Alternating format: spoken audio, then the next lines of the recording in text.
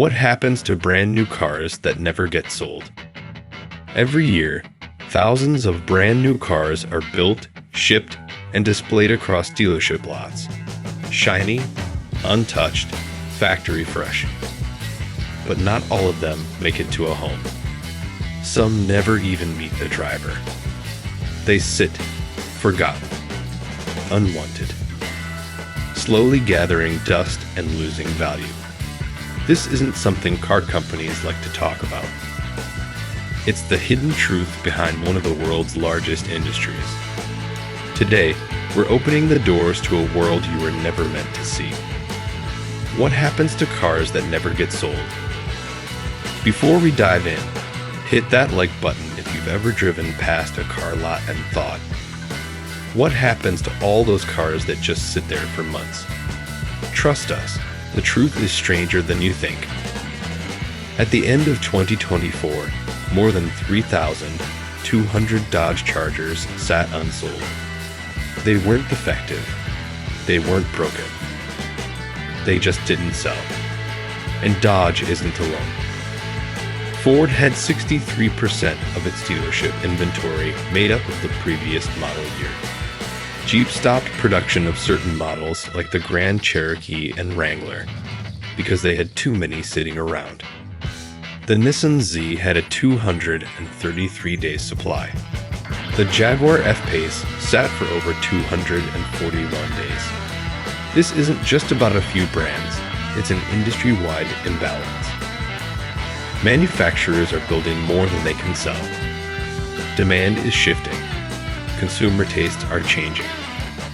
Dealerships are turning into parking lots for the forgotten. The first and most common strategy: cut the price. Hard. Dealerships can't afford to let cars sit. Every day costs money and space, depreciation, and lost opportunity. So what do? They roll out extreme incentives. 0% APR. Cashback deals. Employee pricing for the public. Free maintenance packages. It's like a fire sale, but with luxury SUVs and brand new sedans. Take the Hyundai Ioniq 5. In 2024, dealerships offered 0% financing just to move inventory. A fully electric, futuristic SUV, suddenly within reach for the average buyer. These aren't just discounts, they're survival strategies. And for the consumer, it's an absolute win. The price drops are just the beginning. Dealers often pile on more incentives to create irresistible deals. Some throw in cash rebates of $5,000 or more. Others offer trade-in bonuses, free extended warranties, or ultra-low lease payments. Why so generous? Because every unsold car on a lot represents money not moving. Every unsold car takes up space needed for next year's models. And the longer it sits, the harder it is to sell. It's a race against time, and the discounts get deeper with every passing week. Would you buy a brand new car just because the deal sounds too good to pass up? Let us know in the comments. And don't forget to subscribe. We're just getting started. Not all unsold cars get discounted. Some are turned into something else, used cars. But wait, how can a brand new car be considered used? Simple. The dealership puts it to work. They use it as a loaner vehicle for service customers, or as a demo car for test drives. After a few hundred miles, it can't be sold as new. But here's the trick. It can now be sold as a certified pre-owned vehicle, or CPO.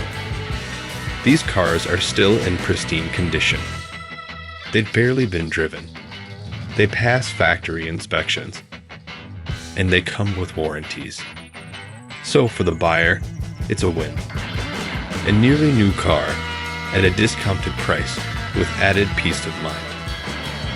For dealerships, it's a clever way to reduce slow-selling inventory without killing the MSRP publicly. Take the Infiniti QX80. It's a big, luxurious SUV loaded with tech and comfort. But it's expensive, and in 2023, it wasn't selling. Dealerships across the US turned them into loaner vehicles. After a few months, they were labeled certified pre-owned and offered at a discount. Suddenly, what had been a slow seller became a hot deal. People who couldn't afford a new Qt X80 found the CPO version with all the luxury, without the premium price. Sometimes it's not the car. It's where the car is. A convertible in snowy Minnesota? No thanks. A heavy-duty truck in downtown Los Angeles? Not useful. But move that convertible to Florida, or that truck to rural Texas, and suddenly, people want them. Dealerships often relocate vehicles to markets where demand is higher. It's like matchmaking for cars. And it works, especially with niche models, colors, and trims that don't have mass appeal in every city. The Mazda MX-5 Miata is a lightweight, fun roadster. But it doesn't sell well in cold climates.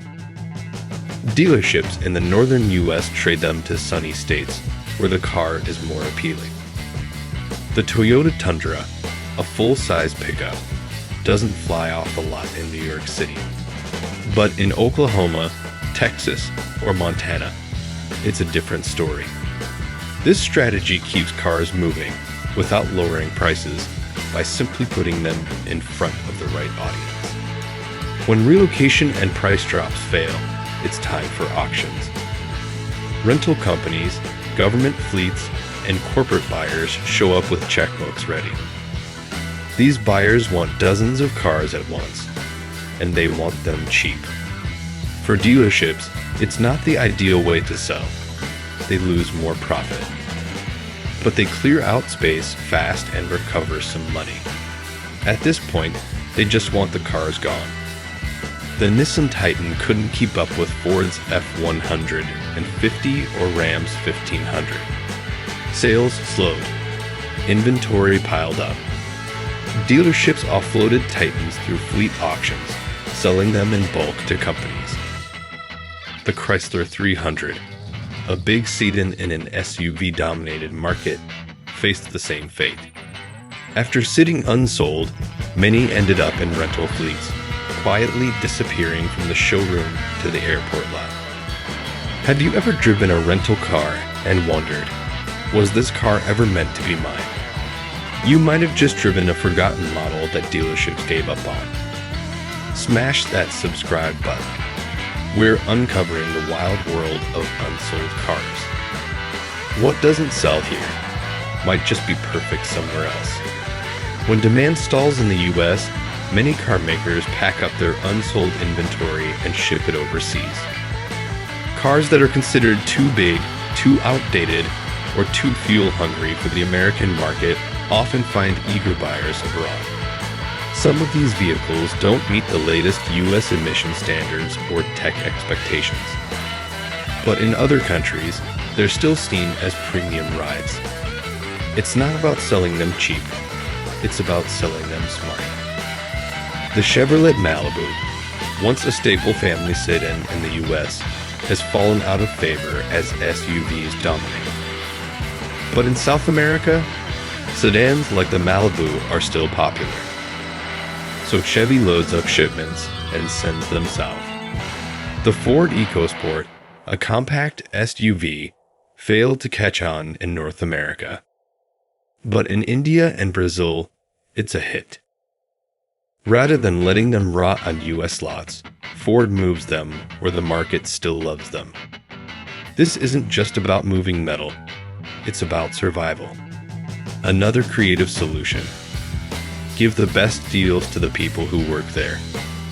When a car sits too long, dealerships and automakers offer exclusive pricing to employees.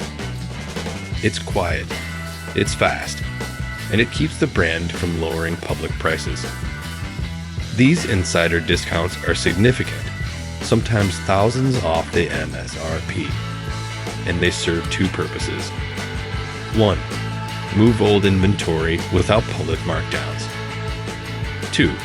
Keep the cars within the brand, avoiding gray market resales. In 2023, Dodge struggled to sell the Durango. Too big, too thirsty, demand was fading. So they offered deep staff discounts, moving dozens of units internally. Toyota, known for fast-selling models, rarely has this issue. But when the Avalon sit-in stalled, employees were given early access to buy them before public deals were even considered. It's a strategy that protects brand value while quietly clearing inventory. If a car doesn't sell, and it's not discounted, relocated, repurposed, or shipped, there's one more option. Automakers quietly move thousands of vehicles to hidden storage lots across the country. These are massive fields, warehouses, or lots, often in rural areas. No signs, no advertising. Just rows and rows of unsold, untouched cars. Why? Because car makers don't want to flood the market with discounts. So instead, they press pause. They wait, hoping demand picks up later. During the 2008 crash, General Motors and Chrysler stored thousands of unsold vehicles. Consumers weren't buying. Credit was frozen. So rather than sell at a loss, they parked the cars, literally. Some sat for years before being sold, scrapped, or exported. The lots were so large, satellite images revealed entire fields of unused cars. It was a haunting reminder of just how quickly the car market can collapse. In 2022, Ford faced a different kind of crisis: supply chain issues. Thousands of Ford Edge SUVs were built, but couldn't be completed due to missing microchips. Instead of selling unfinished vehicles, Ford stored them in remote lots until parts arrived. It was a strategic delay, but it wasn't cheap. Storing cars costs money, and the longer they sit, the more likely they'll need steep discounts later just to move them. What's faster than selling one car at a time? Selling hundreds, all at once. When the pressure to clear inventory grows, dealerships turn to bulk buyers. These include rental car companies, government fleets, corporate vehicle providers. These buyers want large quantities, fast. They don't care about trim colors or leather seats. They care about price, speed, and volume. For dealerships, this is a lifesaver. It clears space instantly without advertising discounts to the public. In 2023, Tesla faced slow-moving inventory during a brief demand dip. Instead of waiting for consumers, they struck bulk sales deals with companies and rental fleets. Overnight, they moved thousands of units. The Dodge Charger, before its discontinuation, was another bulk sale candidate. As demand waned, police departments and government agencies picked up hundreds for use as patrol vehicles. The public never saw deep discounts, but the lots cleared anyway. Can't sell it, lease it. Some consumers don't want long-term commitments. They want flexibility. That's where leasing and subscription models come in. Dealerships offer low monthly payments on unsold cars, attracting buyers who can't, or don't want to, purchase outright. Some even allow customers to swap cars every few months, Netflix style. The Volkswagen ID.4 struggled with unpredictable EV demand in 2023. So VW rolled out lease deals starting at $269/month. Cadillac did the same with the Lyriq. Sales were slow, so they made leasing ultra attractive. Instead of slashing MSRP, they offered access. Customers got new EVs at a fraction of the price, and dealers got inventory moving again. Here's the final, harsh truth. Some cars never get a second chance. When all options fail, manufacturers scrap them. It sounds insane, destroying brand new cars. But it happens. Why? They've depreciated too much. They fail to meet updated regulations. They're too risky to resell. They threaten the brand's image if sold too cheap. After the Dieselgate emissions scandal, Volkswagen bought back hundreds of thousands of diesel vehicles in the US. Thousands were stored, but eventually, many were destroyed. Tesla also scrapped leftover chassis of its first-gen Roadster. Selling them would have been a branding nightmare. Sometimes, keeping a car off the road is more valuable than selling it. For automakers, it's about protecting future sales, even if it means cutting current losses. So, what happens to brand new cars that no one buys? They don't just disappear. They get repurposed, relocated, repriced, rerouted. Some get a second life. Others meet a quiet end. From heavy discounts to hidden storage, from corporate fleets to scrapyards. The path of the unsold car is long, complex, and often invisible to the public. Want to know which cars are sitting right now, gathering dust on dealer lots? Watch our next video. 19 cars dealers are desperate to get rid of. Don't miss out on the best deals you'll never see on TV. Smash that like button, subscribe for more hidden auto truths, and we'll see you in the next one.